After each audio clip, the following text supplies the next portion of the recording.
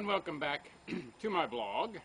We're on to part 13 of Flatland, A Romance of Many Dimensions, section 9 of the Universal Color Bill. But meanwhile, the intellectual arts were fast decaying. The art of sight recognition, being no longer needed, was no longer practiced, and the studies of geometry, statics, kinetics, and other kindred subjects came soon to be considered superfluous and fell into disrespect and neglect, even at our university.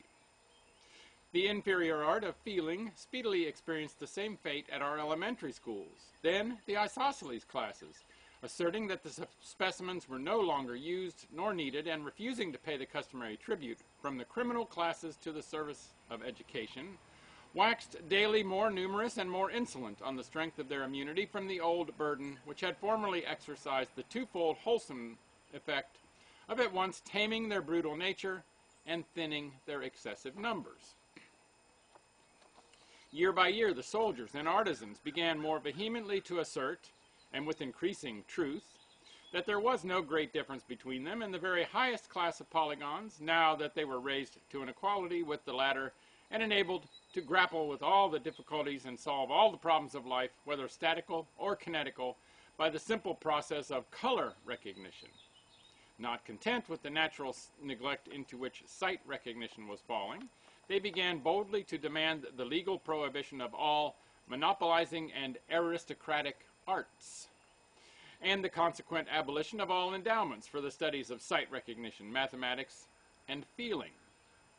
Soon they began to insist that inasmuch as color, which was a second nature, had destroyed the need of aristocratic distinctions, the law should follow in the same path, and that henceforth all individuals and all classes should be recognized as absolutely equal and entitled to equal rights. Finding the higher orders wavering and undecided, the leaders of the revolution advanced still further in their requirements, and at last demanded that all classes alike, the priests and the women not excepted, should do homage to color by submitting to be painted.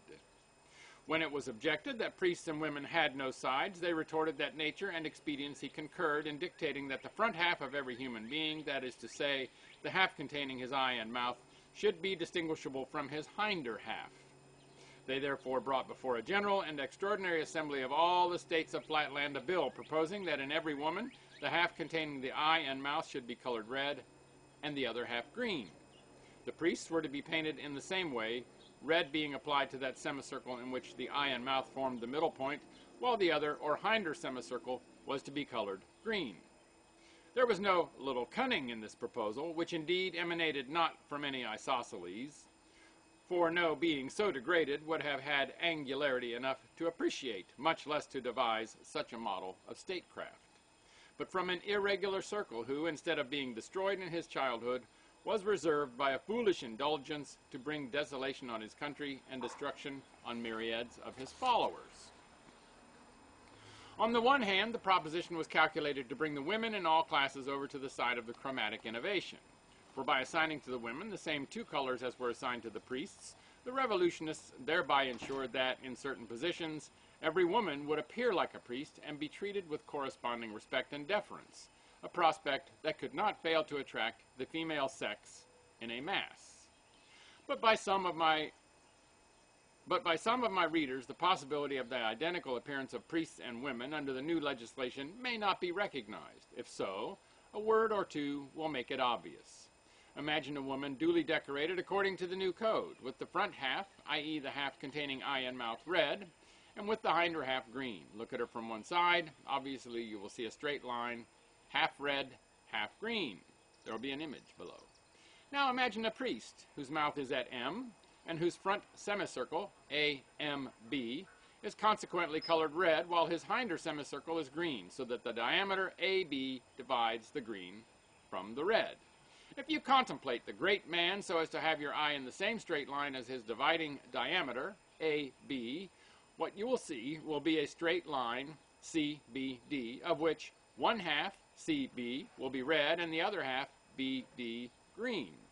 The whole line, CD, will be rather shorter perhaps than that of a full-sized woman, and will shade off more rapidly towards its extremities, but the identity of the colors would give you an immediate impression of identity of class, making you neglectful of other details. Bear in mind the decay of sight recognition which threatened society at the time of the color revolt. Add to the certainty that women would speedily learn to shade off their extremities so as to imitate the circles. It must then be surely obvious to you, my dear reader, that the color bill placed us under a great danger of confounding a priest with a young woman. Oh, what a dangerous thing. That's my aside there. How attractive this prospect must have been to the frail sex may readily be imagined. They anticipated with delight the confusion that would ensue. At home they might hear political and ecclesiastical secrets intended not for them but for their husbands and brothers, and might even issue commands in the name of a priestly circle. Out of doors, the striking combination of red and green, without addition of any other colors, would be sure to lead the common people into endless mistakes, and the women would gain whatever the circles lost, in the deference of the passers-by. As for the scandal that would befall the circular class if the frivolous and unseemly conduct of the women were imputed to them, and as to the consequent subversion of the Constitution, the female sex could not be expected to give a thought to these considerations.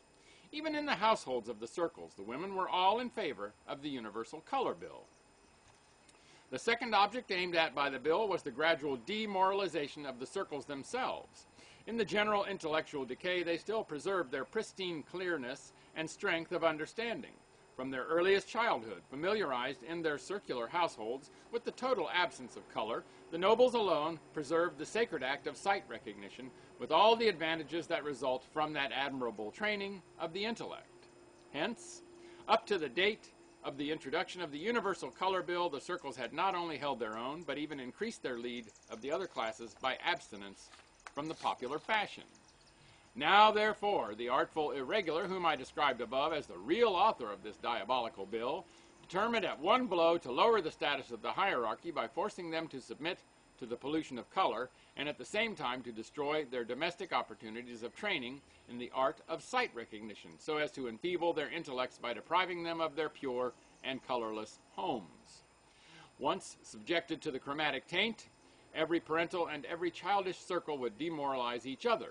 Only in discerning between the father and the mother would the circular infant find problems for the exercise of its understanding, problems too often likely to be corrupted by maternal impostures, with the result of shaking the child's faith in all logical conclusions.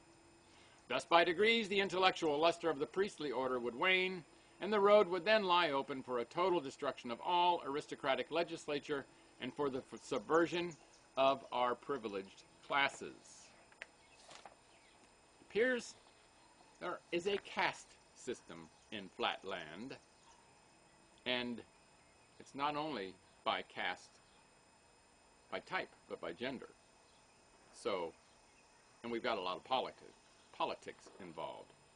Again, strange place, this Flatland. More tomorrow with Section 10.